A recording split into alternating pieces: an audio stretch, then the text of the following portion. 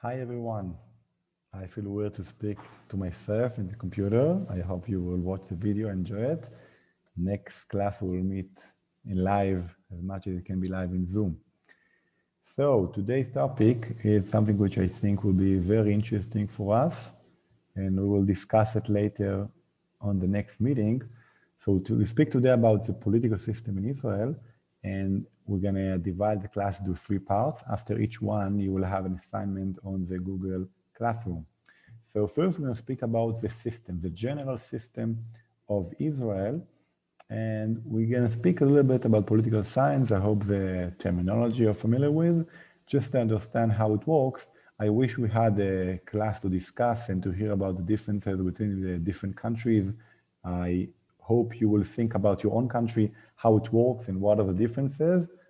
Have it in your mind and share with me on your assignment and maybe when we're going to meet on Wednesday. So first of all, just to have the names, so we have in Israel a prime minister and a president. However, unlike other countries, the president is less powerful than the prime minister, way less. In fact, the president in Israel is more like a kind of Queen of England. His ability, his power is very, very limited. He doesn't have a lot to say on many issues. And usually the president is supposed to be someone which is more accepted by the people. He's supposed to make people to join together. Supposed to make peace between the people. And the problem is that at the beginning, the president was a person which was famous figure, sometimes scientist. However, the system works that the president is being chosen by the members of the Knesset, by politicians. So at the end, for the past, I think, 3 or 4 presidents, they chose themselves. So the president is usually a retired politician with some kind of positive resume.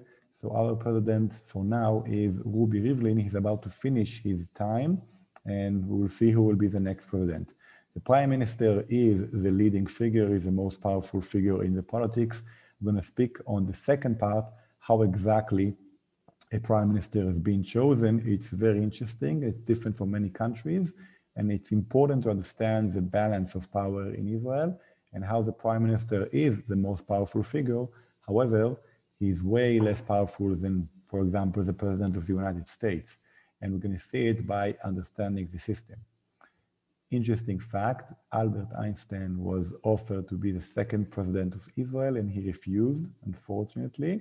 He had something more important to do, but we had some interesting scientists in the beginning as well. Okay, so let's speak about political science. Usually the modern political science speak about 3 branches in the system, the executive, the legislator, and the judicial. So similar to many other countries, we have the government, which is the executive, and we have the legislator, which is the Knesset, which is the Israeli parliament, that's the name, and the judicial is the Supreme Court. We'll speak about each one of them and explain how each one of them is being chosen, and that's a very important part to know about the system. So this is the Knesset, the Israeli parliament. The name Knesset is like assembly, and the name is taken from a traditional historical body of leadership when the Jewish people came back to Israel after the destruction of the first temple. The people who came back to Israel from the Babylonian exile, and they established built the second temple. So the leadership of these people was called the Knesset, Knesset Agdola, the Great Assembly. And this is the name that was taken for the parliament in Israel, but also the number have an importance. There are 120 members in the Knesset. That's the number, 120.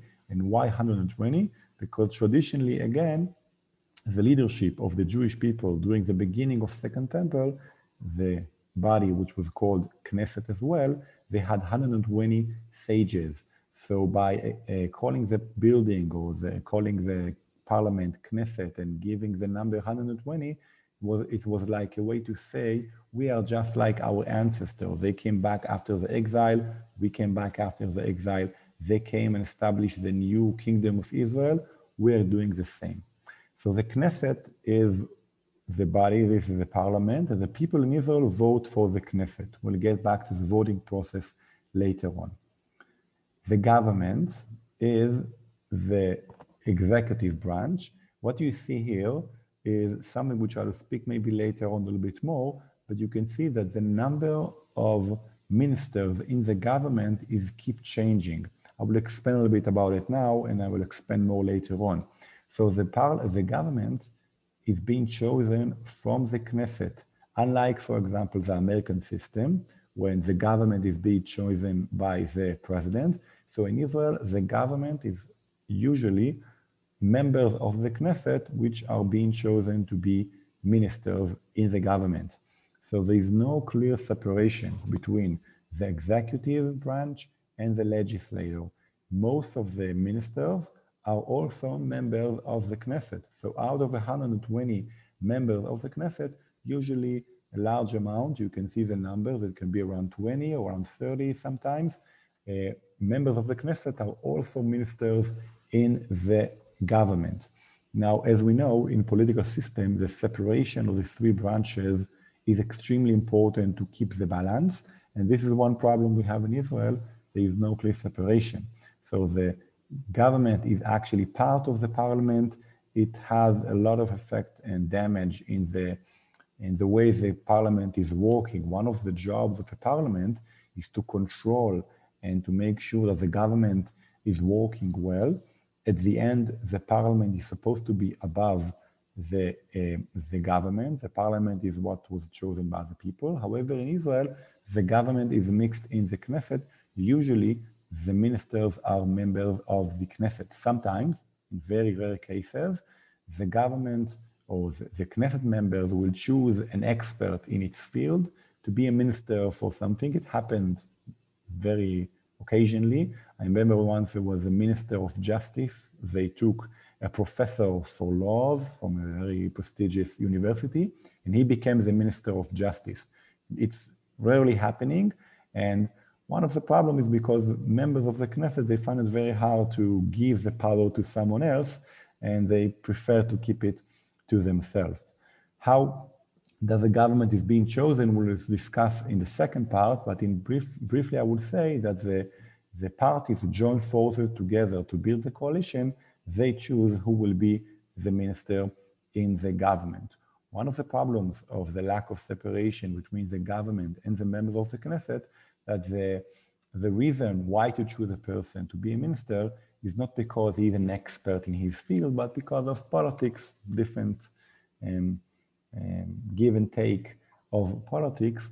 So someone can become a minister in a field which is totally far away from his expertise because he was a leader of a party, a specific party.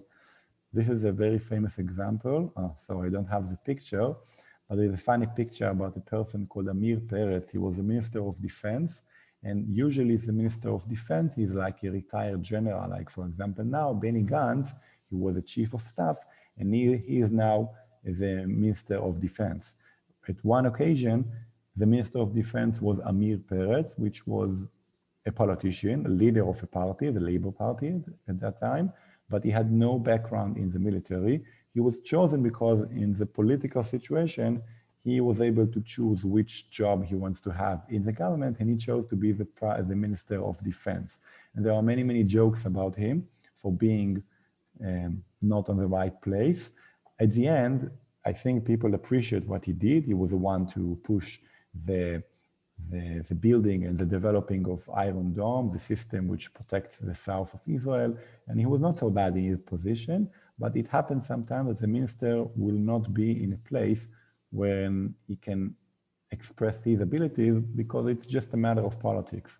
So these are the government, which are the government, which is the executive branch, and the Knesset, which is the legislator. Now, let's speak about the third one, and we'll get back to speak about the government on the second part of our class. So this is Aaron Barak, the president of the Supreme Court, 1995 and 2006. Why do I show you his picture? I will explain in a minute. I will just say the Supreme Court is the head of the judicial branch in Israel, And this is a big issue. I maybe should have a class just about the tension between the Supreme Court and the government in Israel. I show you his picture because he was a very powerful figure in the Supreme Court. He was the father of what some people call it revolution. I will explain in a minute. One thing that is missing in the Israeli system is constitution. We do not have constitution either. And when David Ben-Gurion and the other established Israel, they promised we will have a constitution at one point in the history. It never happened. And the lack of constitution is very problematic because the constitution is kind of a way to balance the power of the government and the parliament. Because if you have a constitution, it's like a way, it's like a compass to make sure you're not going to the wrong direction. You're not using the power of the majority, which the democratic system is giving you, so you're not using it to use it in the wrong way. So what was happening over the years, instead of constitution, the Knesset, they made some new laws which are called basic laws. The basic laws are different laws, which are kind of general laws, and they created kind of the rules of the game, of the democratic game. And in a way, the basic laws are working as kind of constitution. It's not the same because the Knesset can still change the basic laws, but it's harder to do it. And what is more important, in the days of Aharon Barak, he was the one to push forward this movement, that the Supreme Court is able to cancel laws made by the Knesset if the Supreme Court decide that these laws are contradicting some basic laws. So for example, this is an example of a basic law of freedom of occupation. You can see this is one important basic law. And for example, if the Knesset passed a new law, which for example forbid of the selling and importing of non-kosher meat. It happened once, more than once, it's actually part of the Israeli laws, but one occasion of a conflict within the Supreme Court and the Knesset was when the Knesset discussed a law which is supposed to forbid selling non-kosher meat. So the Supreme Court said, wait a second, this is against the basic law of freedom of occupation. Another important basic law is human dignity and liberty. And this is maybe the most important one of all, when the Supreme Court uses this basic law in many, many cases to cancel laws made by the government because he believes it's against the basic law of human dignity and liberty. We mentioned last time, basic law, Israel nation state of the Jewish people. We spoke about the problematic definition of Israel as a Jewish state.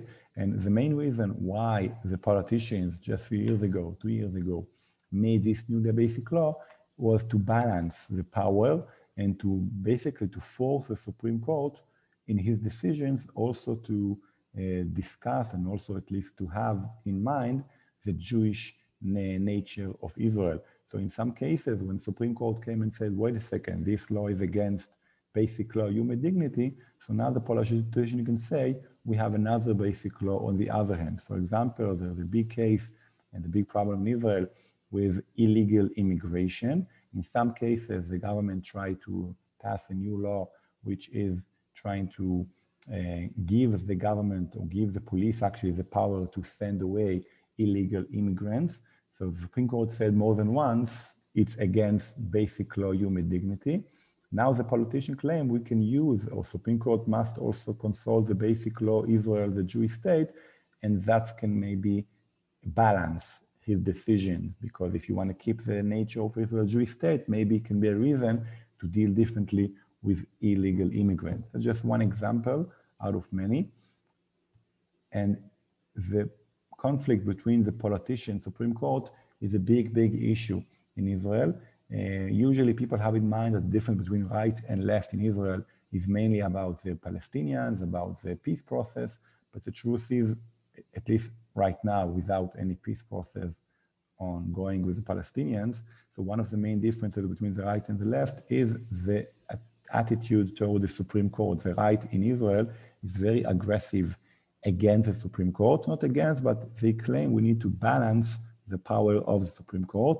Here's an example of Haredi demonstration against the Supreme Court, against decision made by the Supreme Court, because the Supreme Court canceled a bill, a law, which was supposed to, in a way, allow Haredim not to serve, or at least not fully serve in the army. The politician had this law based on an agreement with Haredi leaders. Supreme Court said, no, it's against the main rules of the game. We need to have, I think they base it on the basic law, human dignity and liberty, that there's supposed to be equality in the serving in the army. Just one example, we'll discuss this topic in a different class later on. And this is Naftali Bennett, a leader of Yamina, right-wing party. We'll speak about him later on. And he spoke about how we need to return the power to govern back to the government. The government will govern, the Knesset will legislate, and the judges will judge.